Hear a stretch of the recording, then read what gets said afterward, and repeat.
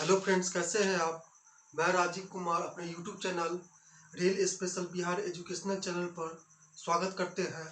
आज हम एसएससीजीडी पिछले पेपर जो 11 फरवरी 2019 फर्स्ट शिफ्ट में जो क्वेश्चन पूछा गया था मैथ का, उसका हम डिस्कशन करने जा रहे हैं। तो देखिए, क्वेश्चन देखते हैं। यदि पांच अवलोकन यानी पांच संख्या का जो पांच संख्या हमको दिया हुआ है A1, A2, A3, A4 और A5 का औसत n है, इसका औसत n है।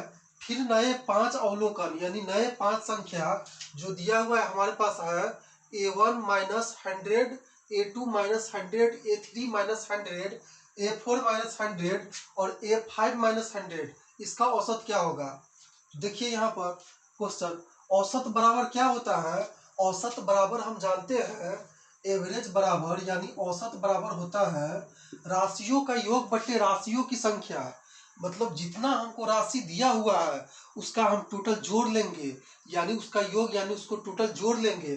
तो इसको जोड़िएगा A1, A2, A3 और A4 और A5 का योग करिएगा। यहाँ पर A1 plus A2 plus A3 plus A4 plus A5 लिख सकते हैं।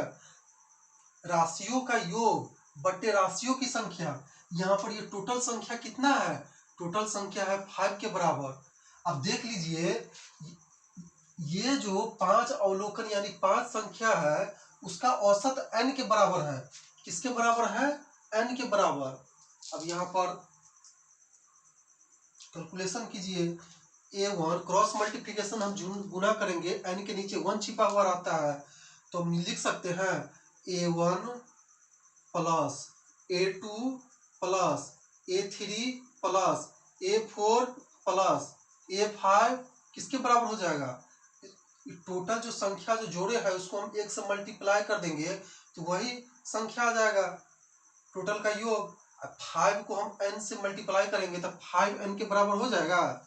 अब देखिए आगे नया संख्या हमको दिया हुआ है पांच अवलोकन A1 -100, A2 -100, A3 -100, A4 -100 और A5 -100, इसका औसत पूछ रहा है। तो इसका एवरेज कितना हो जाएगा, इसका जो एवरेज होगा नया संख्या का, इसका एवरेज मिल जाएगा राशियों का योग बटे राशियों की संख्या। जब हम टोटल सभी पांच संख्या को जोड़ेंगे यहाँ पर लिख सकते हैं A1। पहले एक बार क्वेश्चन को आप समझ लीजिए, आराम से आप शॉर्टकट में बना सकते हैं। आपको समझाने के लिए हमको इतना लिखना पड़ रहा है, नहीं तो सिर्फ एक लाइन का क्वेश्चन था। देखिए यहाँ पर A1 -100 plus A2 -100 plus A3 -100 plus A4 -100 plus A5 -100 किसके बराबर हो जाएगा। ये जो टोटल संख्या कितना है, ये टोटल संख्या कितना है, ये टोटल संख्या 5 है। तो 5 के बराबर यहाँ पर 5 लिख देंगे बट्टा में। अब देखिए यहाँ पर जब हम इसको जोड़ेंगे तो यहाँ पर A है, यहाँ पर A2 है, यहाँ पर A3 है। A1, A2, A3, A4, A5 को जोड़ेंगे, यहाँ पर लिखो टोटल इसका योग हो जाएगा A1 plus A2 plus A3 plus A4 plus A5। और यहाँ पर देख लीजिए माइनस यहाँ पर 100 है, तो यहाँ पर माइनस माइनस माइनस माइनस 100 जुट करके एक साथ आ जाएगा। यहाँ पर हो जाएगा एक साथ में 500 के बराबर। 500 के बराबर बट्टे में हम 5 लिख सकते हैं। अब देख लीजिए यहाँ पर A1 plus A2 plus A3 plus A4 plus A5 का मान कितना आया है, इसका जो टोटल मान आया है 5n के बराबर आया है। तो इसके स्थान पर 5n लिख सकते हैं। 5n माइनस 500, ये आपका 500 यहाँ पर हो जाएगा बटे 5। अब यहाँ से 5 अगर कॉमन लीजिएगा यहाँ पर n माइनस 100 हो जाएगा बट्टे में 5। अब 5 से 5 काट दीजिए, यहाँ पर हो जाएगा n माइनस 100। किसके बराबर है, n-100, n-100 आपका दूसरा आंसर हो गया। तो इस तरह का क्वेश्चन पूछा जाता है। प्रीवियस ईयर क्वेश्चन आप पलटिए और देखिए कि क्वेश्चन किस तरह एग्जाम, जो टीसीएस एग्जाम कंडक्ट करवा रहा है, किस तरह क्वेश्चन पूछा जाता है। तो चलिए नेक्स्ट प्रश्न देखते हैं। एक मिनट।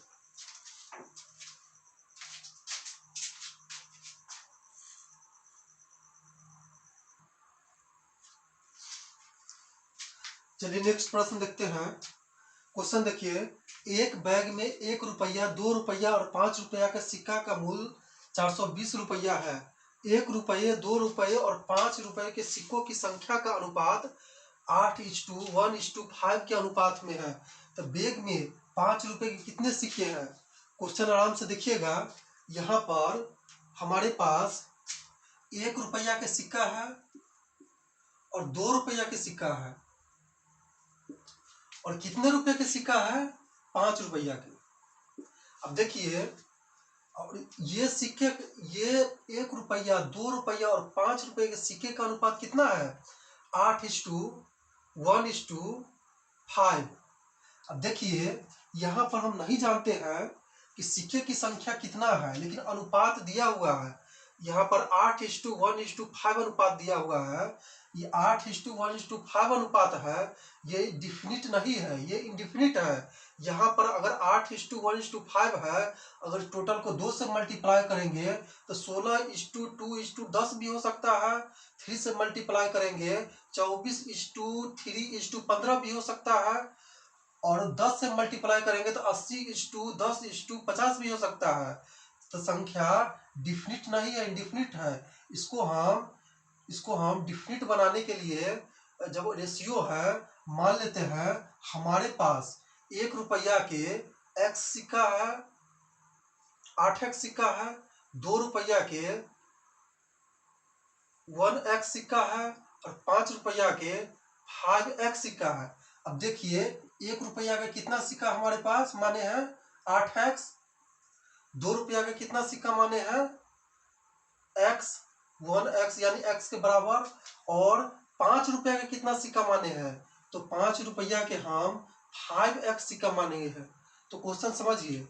अब देख लीजिए, 1 रुपया के सिक्का, 1 रुपया के हमारे पास 8 सिक्का है, तो हमारे पास 1 रुपया के मात्रा कितना है, 1 रुपया के हमारे पास मात्रा कितना है, तब गुना करिएगा तो 8x के बराबर हो जाएगा, यानी 8x रुपया के बराबर। अब रुपया यहाँ से हटा दीजिए, नहीं लिखना है उतना, मात्रा हो जाएगा 8x के बराबर। अब देख लीजिए, 2 रुपया के सिक्कों की संख्या x है, तो 2 रुपया के मात्रा कितना है उस बैग में, तो 2x के बराबर। और 5 रुपये के सिक्कों की संख्या 5x है, जब मल्टीप्लाई करिएगा 5 से 5x को, तो 5 रुपये के सिक्कों की मात्रा कितना हो जाएगा, 5 गुने 5x। तो हमारे पास उस बैग में टोटल कितना रुपया मिल जाएगा, रुपया के मात्रा को टोटल के योग करिएगा, वो 420 के बराबर है, 420 रुपया के बराबर है। अब यहाँ पर आप गुना करिएगा 8x को 1 से, तो यहाँ पर 8x हो जाएगा, प्लस 2x प्लस 25x बराबर 420। यहाँ पर टोटल को जोड़िएगा, यहाँ पर 35x किसके बराबर हो जाएगा, 35x 420 के बराबर। तो x किसके बराबर हो जाएगा, 420/35। 5 से काटिए 7 हो जाएगा, 5 से काटिए, वहाँ पर 8 है 4, यहाँ से काटिए 7 से 84 को काटिएगा तो 12 आ जाएगा। अब देख लीजिए, x का मान टोटल 12 है, x का मान टोटल 12 है। हमसे पूछ रहा है 5 रुपया के कितने सिक्के हैं, तो ये 5 रुपया और इसके सिक्कों की संख्या कितना हम माने हैं, सिक्कों की संख्या ये 5x के बराबर है। जब हमारे पास x का मान 12 निकला है, यहाँ पर 5 रुपया के सिक्कों की संख्या होगा 5 गुने 12 यानी 60। तो हमारे पास 5 रुपये को सिक्के, 5 रुपयों के सिक्कों की संख्या कितना हो जाएगा, 60। आपका ये आंसर हो गया। चलिए नेक्स्ट प्रश्न देखते हैं।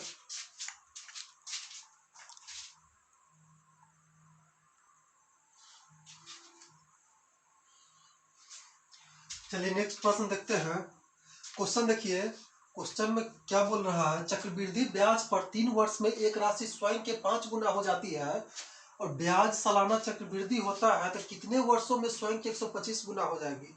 तो देखिए इस क्वेश्चन को बनाने के लिए बहुत सारा ट्रिक और बहुत सारा मेथड और बहुत सारा फार्मूला भी है, लेकिन हम जो आपको बता रहे हैं उसको आप एक बार फॉलो करिए और आगे भी क्वेश्चन में लगातार फॉलो करते रहिए और इसी तरह बनाइए, आपको आपका क्वेश्चन आसानी से बन जाएगा। जब भी इस तरह का क्वेश्चन आपको दिखाई दे 3 वर्षों में स्वयं की 5 गुना हो जाती है, 3 वर्षों में स्वयं की 5 गुना हो जाती है, तो एक साइड एक तरफ वर्ष लिख दीजिए और एक तरफ गुना लिख दीजिए। अब यहाँ पर ध्यान दीजिए, यहाँ पर आप ध्यान दीजिए, यहाँ पर आप ध्यान दीजिए 3 वर्षों में कितना गुना हो जाती है, तो 5 गुना। तो हमसे पूछ रहा है कितने वर्षों में 125 गुना हो जाएगी। 3 वर्षों में हो रहा था 5 गुना, तो हमको इसको 5 के पावर में हमको बदलना है। तो 5 के पावर में बदलिएगा तो 5 के पावर 3 125 के बराबर होता है। अब यहाँ पर देखिए 5 कैसे हुआ, तो 5 के पावर 1 लिखेंगे तो ये 5 के बराबर हो गया। तो हमसे पूछ रहा है जब 125 गुना कितने वर्षों में होगा। अब देखिए जब इस तरह का क्वेश्चन दिखाई दे और पूछे कि इतने वर्षों में और इतना गुना था, तो इतना मतलब कि 3 वर्षों में 5 गुना था, तो कितने वर्षों में 125 गुना होगा। तो इस तरह का जब भी क्वेश्चन दिखाई दे तो कंपेयर करके आप मल्टीप्लाई कर दीजिएगा।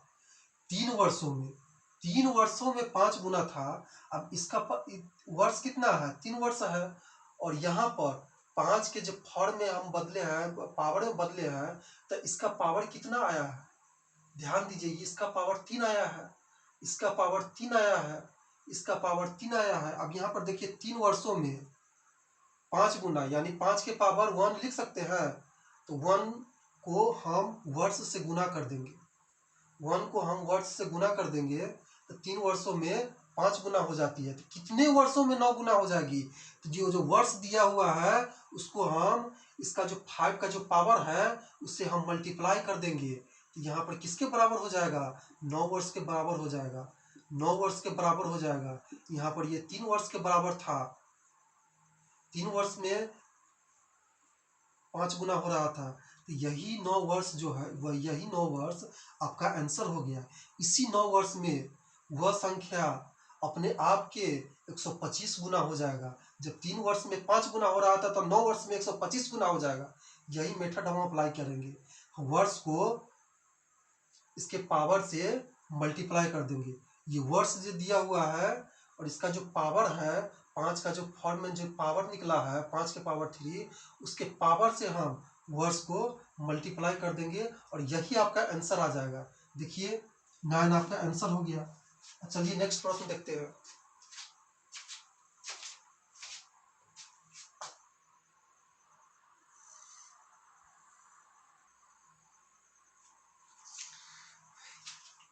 चलिए नेक्स्ट प्रश्न देखते हैं।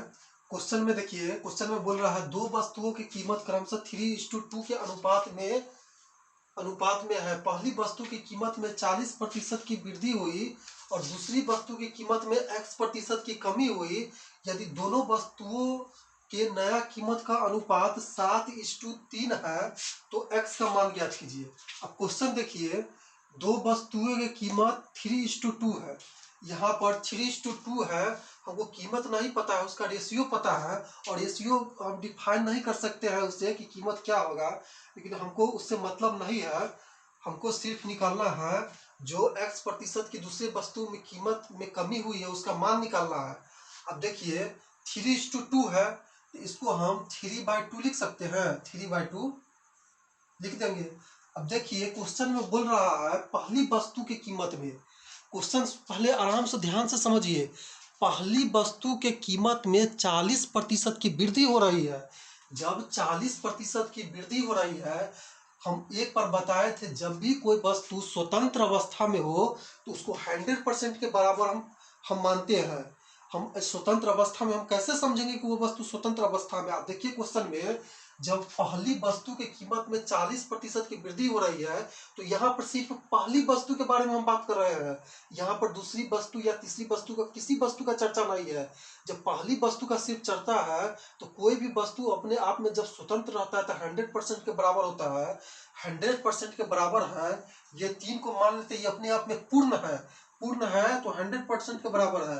तो इसमें क्या हुआ, 40% की वृद्धि कर दिए, तो 40% की वृद्धि करेंगे तो टोटल संख्या जो होगा 140 के बराबर हो जाएगा। अब देख लीजिए, जब 140 के बराबर है तो 140% के बराबर है, तो 140% को हम क्या लिख सकते हैं, 3 गुने 140/100। अब आगे क्वेश्चन में समझिए, आगे क्वेश्चन में आप समझिए। अब आगे बोल रहा है दूसरी संख्या की कीमत में x% की कमी हुई। अब वही बात, कोई भी वस्तु जब स्वतंत्र अवस्था में हो तो उसको 100% में मानते हैं। स्वतंत्र अवस्था कैसे समझेंगे कोई वस्तु कि स्वतंत्र अवस्था में है, तो जब यहाँ पर दूसरी वस्तु की चर्चा हो रहा है, जब यहाँ पर दूसरी वस्तु की चर्चा हो रहा है, इसमें न पहली वस्तु का चर्चा कर रहा है न किसी अन्य वस्तु की चर्चा कर रहा है, तो वो दूसरी वस्तु को स्वतंत्र अवस्था में मानते हुए उसमें x% की कमी हो रहा है। तो मान लीजिए दूसरी वस्तु अपने आप में 100% मान लीजिए, किसी से कंपेयर नहीं है, तो इसको 100% मान लेते हैं। इसमें क्या हो रहा है, इसमें x% की कमी हो रहा है, तो टोटल कमी हो जाएगा इसके बराबर। अब देख लीजिए, 2 गुने, मतलब दूसरी संख्या में 100 माइनस x% की कमी हो रहा है, मतलब ये टोटल संख्या अपने आप में 100 पूर्ण था, लेकिन उसमें x% की कमी हो रहा है। तो टोटल संख्या का मान जो होगा 2 गुने 100 माइनस 100 माइनस x, परसेंटेज में है तो नीचे में 100 लिख सकते हैं, कोई दिक्कत नहीं होगा। और ये जो संख्या आया है रेशियो, नया संख्या का जो निर्माण हुआ है किसके बराबर हुआ है, 7:3 के बराबर हुआ है। तो 7:3 को हम 7/3 लिख सकते हैं, कोई दिक्कत नहीं होगा। अब यहाँ पर आप सॉल्व कर लीजिए, यहाँ पर सॉल्व करेंगे तो 3/2 हो जाएगा, गुने यहाँ पर क्या है 140/100 माइनस x/100, इसको अगर हम गुना में बदलेंगे तो 140/100 यहाँ पर लिख देंगे। और जब इसको गुना में बदलेंगे तो नीचे वाला संख्या पलट जाएगा, नीचे वाला संख्या पलट जाएगा। जब नीचे वाला संख्या पलटेगा तो 100 ऊपर चले जाएगा और 100 माइनस x नीचे चले आएगा। अब यहाँ पर सॉल्व कर लीजिए, 100 से 100 काट देंगे। अब यहाँ पर 2 से काटेंगे तो यहाँ पर हो जाएगा 70, यहाँ पर 7 से काटेंगे तो यहाँ पर 10 हो जाएगा, यहाँ पर 10 हो जाएगा। अब देखिए, अब क्रॉस मल्टीप्लिकेशन यानी उल्टा गुना कर देंगे तो यहाँ पर हो जाएगा 3 को 10 से गुना करेंगे तो 30 हो जाएगा, 30 तिहाई 90। 90 किसके बराबर हो गया, 100 माइनस x के। तो x बराबर क्या हो जाएगा, जब x इस तरफ जाएगा तो माइनस जो है प्लस में बदल जाएगा। यहाँ पर प्लस का साइन छिपा हुआ रहता है जो आपको दिखाई नहीं देता है।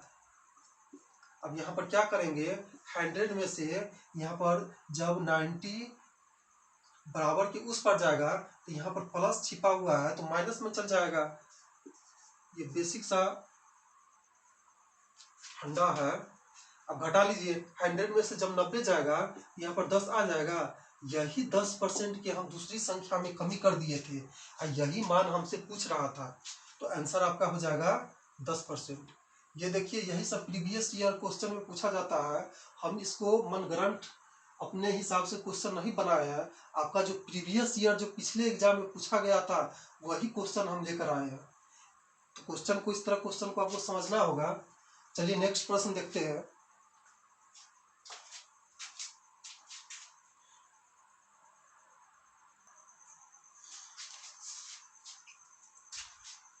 चलिए क्वेश्चन देखिए, नेक्स्ट क्वेश्चन, 22 छात्रों के समूह का औसत वजन 1 किलोग्राम बढ़ जाता है जब एक शिक्षक का वजन शामिल होता है। 22 छात्रों के समूह का प्रारंभिक औसत वजन 31 किलोग्राम था, तो शिक्षक का वजन क्या होगा। अब यहाँ पर ध्यान दीजिए, एकदम ध्यान से क्वेश्चन देखिएगा। 22 छात्रों का, 22 जो छात्र है इसका औसत वजन कितना है, यहाँ पर छात्र है ये 22 छात्रों का औसत वजन कितना है? 31 किलोग्राम था। 22 छात्रों का औसत वजन 31 किलोग्राम था। अब देखिए 22 छात्रों के बीच एक टीचर भी शामिल हो गया, इस 22 छात्रों के बीच एक शिक्षक भी शामिल हो गया, तो औसत वजन कितना हो गया? 1 किलोग्राम बढ़ गया। 1 किलोग्राम किसमें बढ़ा? 31 में 1 किलोग्राम बढ़ गया। अब यहाँ पर ध्यान दीजिए, अब यहाँ पर एक बात ध्यान देने वाला है, अगर शिक्षक शामिल नहीं होता, अगर शिक्षक शामिल नहीं होता तो अभी तक 22 छात्रों का औसत वजन 22 छात्रों का जो एवरेज होता औसत वजन 31 किलोग्राम होता। 31 किलोग्राम होता कि नहीं होता? लेकिन एक टीचर शामिल हो गया, तो ये टीचर को शामिल होने से टोटल कितना आदमी हो गया? 22 प्लस x 23 आदमी हो गया। टीचर को शामिल होने से 22 छात्रों के बीच टोटल 23 आदमी हो गया। अब इसके कारण क्या हुआ? इसके कारण इस औसत में 1 किलोग्राम बढ़ गया। इस औसत में टीचर को भी शामिल कर लिया है, अब प्लस 1 किलोग्राम जो बढ़ा है टीचर के कारण, उसको दर्शा दिया गया है। जब 23 व्यक्ति का औसत 1 बढ़ गया, जब 23 व्यक्ति का औसत 1 बढ़ गया, तो 23 व्यक्ति का कुल वजन कितना बढ़ा होगा? जब देखिए क्वेश्चन को ध्यान से समझिए, औसत बराबर क्या होता है? राशियों का योग बटे राशियों की संख्या। जब 23 टीचर के शामिल होने से जो टोटल व्यक्ति हमारे पास 23 है, उसका औसत में 1 वृद्धि हो गया। उसका औसत में जब 1 वृद्धि हो गया, तो 23 के योग में कितना वृद्धि हुआ होगा? तो राशि देखिए, हम जानते हैं औसत बराबर राशियों के योग बटे राशियों की संख्या, तो 23 के योग में कितना वृद्धि हुआ होगा? तो 23 गुने 1। अब जब इसको सॉल्व करिएगा तो कितना हो जाएगा? 54 के बराबर। अब देख लीजिए, यही जो 54 है, यही 54 जो है इस टीचर का उम्र, जो एक टीचर को शामिल किए थे, उम्र के बराबर हो जाएगा। देखिए पहले 22 छात्रों का वजन 31 था, लेकिन एक टीचर जिसका वजन 54 किलोग्राम था इसमें शामिल हो गया। टीचर का वजन अधिक था, अब 22 छात्रों का वजन इस टीचर के वजन से कम था। अब देख लीजिए, जब 23 व्यक्ति हो गया, तो वजन एवरेज जो है उसका 1 बढ़ गया, क्योंकि टीचर का वजन स्टूडेंट से औसत वजन से अधिक था। यही आपका आंसर हो गया। क्वेश्चन को समझ में आया? क्वेश्चन समझ में आया? नहीं समझ में आया तो एक बार और देखिए। 22 छात्रों का वजन 31 किलोग्राम था, औसत वजन। अब इस 22 छात्रों में एक टीचर को भी हम शामिल कर दिए, तो औसत वजन 31 से 1 बढ़ करके 31 में 1 बढ़ गया। अब ध्यान दीजिए, जब इस समूह में टीचर अगर नहीं शामिल होता तो टोटल छात्रों का वजन 31 किलोग्राम होता, और एक टीचर शामिल हो गया है तो टोटल कितना व्यक्ति हो गया है? 23 व्यक्ति हो गया है। और इस 23 व्यक्ति के कारण औसत में एक टीचर शामिल हो गया है और औसत को बढ़ा दिया है, तो टोटल आप एवरेज में काउंट होगा, तो 23 के एवरेज में 1 की वृद्धि, तो 23 के योग में कितना की वृद्धि? तो 23 गुने 1 की वृद्धि। तो टोटल को जोड़ लीजिए, ये 54 वर्ष हो जाएगा। यही 54 वर्ष इस टीचर का उम्र है। आपका ऑप्शन नंबर ए हो जाएगा। अब देखिए नेक्स्ट प्रश्न देखते हैं।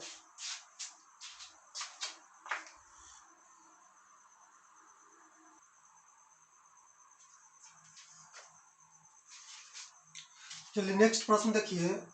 क्वेश्चन देखिए, एक राशि साधारण ब्याज पर 5 वर्षों में 10,650 और 6 वर्षों में 11,076 रुपया हो जाती है, तो राशि क्या है? अब देखिए यहाँ पर बोल रहा है एक राशि है जिसके बारे में हम नहीं जानते हैं। वह 5 वर्षों में कितना हो जाती है? 10,650। आप आराम से समझिएगा, 650 हो जाती है, यानी 650 रुपया। अब 6 वर्षों में कितना हो जाती है? तो 6 वर्षों में 11,076 रुपया हो जाती है।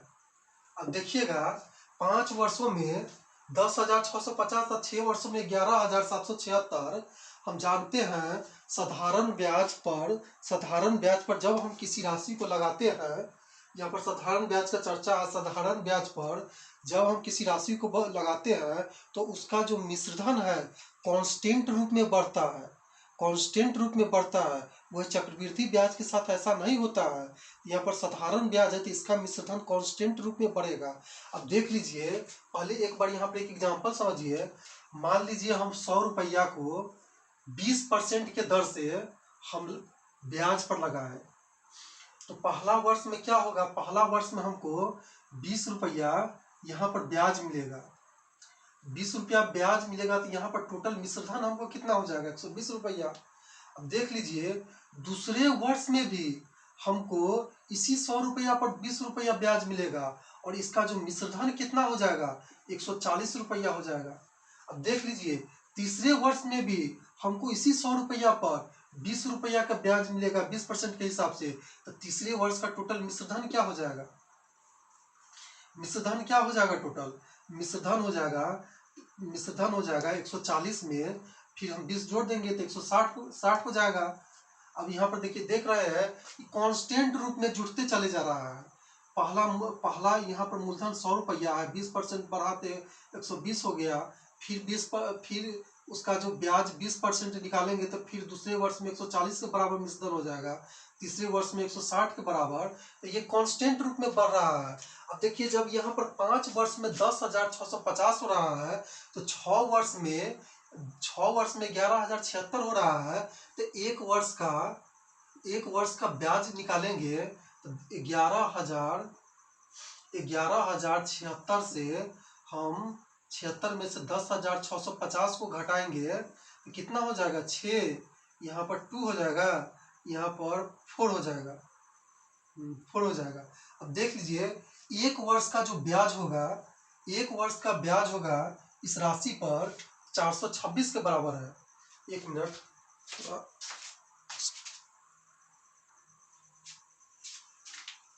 हाँ देखिए, यहाँ पर एक वर्ष का ब्याज कितना निकल कर आया है? एक वर्ष का ब्याज 426 निकल कर आया है। अब यहाँ पर एक बात ध्यान दीजिए, हमारे पास 5 वर्ष का क्या है? मिश्रधन है।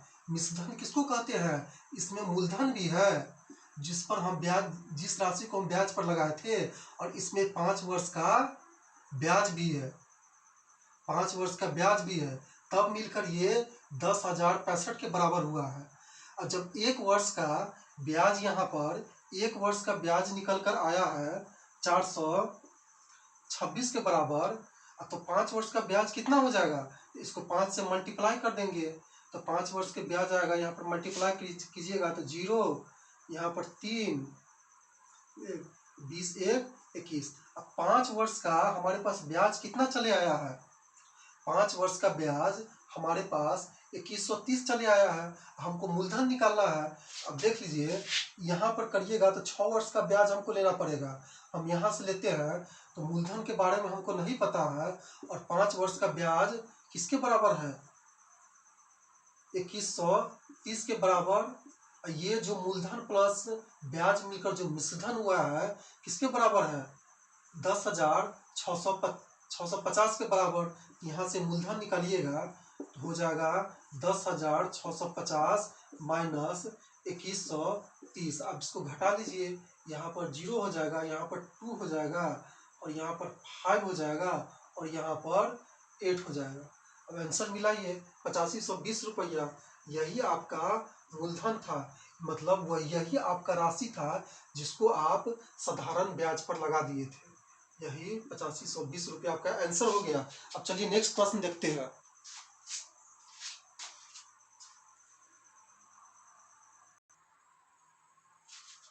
चलिए नेक्स्ट प्रश्न देखिए। क्वेश्चन में देखिए, 2 के पावर 3 गुने 3 के पावर 5 और 3 के पावर 3 गुने 5 के पावर 2 का महत्तम समापवर्तक आपसे पूछ रहा है। तो इस प्रश्न को हम रहने देते हैं। इस प्रश्न को आप सॉल्व करके कमेंट बॉक्स में जवाब दीजिए। इस प्रश्न को सॉल्व करके आप हमको कमेंट बॉक्स में जवाब दीजिए, आंसर में लिख दीजिएगा। अगर फर्स्ट आएगा तो फर्स्ट लिख दीजिएगा, सेकंड आएगा तो सेकंड लिख दीजिएगा, थर्ड आएगा तो थर्ड लिख दीजिएगा, और फोर्थ आएगा तो फोर्थ लिख दीजिएगा कमेंट बॉक्स में। मिलते हैं नेक्स्ट वीडियो में। देखिए सर, अभी 5,000 SBI क्लर्क का वैकेंसी आया हुआ है। SBI क्लर्क 5,000 इसका वैकेंसी आया हुआ है। इसका जो सिलेबस है प्रीलिम्स का, मतलब जो पहला एग्जाम होता है उसमें 100 नंबर का प्रश्न आपसे पूछा जाएगा और टोटल 100 क्वेश्चन इसके लिए आपको दिया जाएगा और इसका जो समय होगा 1 घंटा का होगा। अब 100 क्वेश्चन में रीजनिंग के 35 क्वेश्चन होगा जिसके लिए आपको 35 नंबर मिलेगा। मैथ का 35 क्वेश्चन होगा जिसके लिए आपको 35 नंबर मिलेगा और इंग्लिश का 30 क्वेश्चन होगा जिसके लिए आपको 30 नंबर मिलेगा। तो यहाँ पर हम मैथ के 35 क्वेश्चन का डेली डिस्कशन, कंप्लीट डिस्कशन जो प्रीवियस ईयर पैटर्न पर आधारित है, हम जल्द लाने वाले हैं। जितने भी हमारे देश के हिंदी भाषा क्षेत्र के जितने भी स्टूडेंट हैं, चाहे यूपी, बिहार, झारखंड, राजस्थान, मध्य प्रदेश और अन्य स्टेट जो हिंदी भाषी क्षेत्र के हिंदी मीडियम के स्टूडेंट हैं, आप हमसे जुड़ सकते हैं। इसका क्लास हम बहुत जल्द लाने वाले हैं और आपका जो ये प्रीवियस ईयर चलता है SSC GD और SSC MTS रेगुलर चलता रहेगा और आप हमसे एक बार जुड़ कर देखिए, आपको हम कभी बोर नहीं होने देंगे। तो मिलते हैं नेक्स्ट वीडियो में, तब तक के लिए धन्यवाद। अगर लगता है हम 1% भी मेहनत किए हैं तो चैनल को लाइक नहीं कीजिए, लेकिन सब्सक्राइब और बेल आइकन दबा दीजिएगा ताकि अगले क्लास का नोटिफिकेशन जो है आपके पास पहुंच जाएगा। तब तक के लिए धन्यवाद, मिलते हैं नेक्स्ट क्लास में।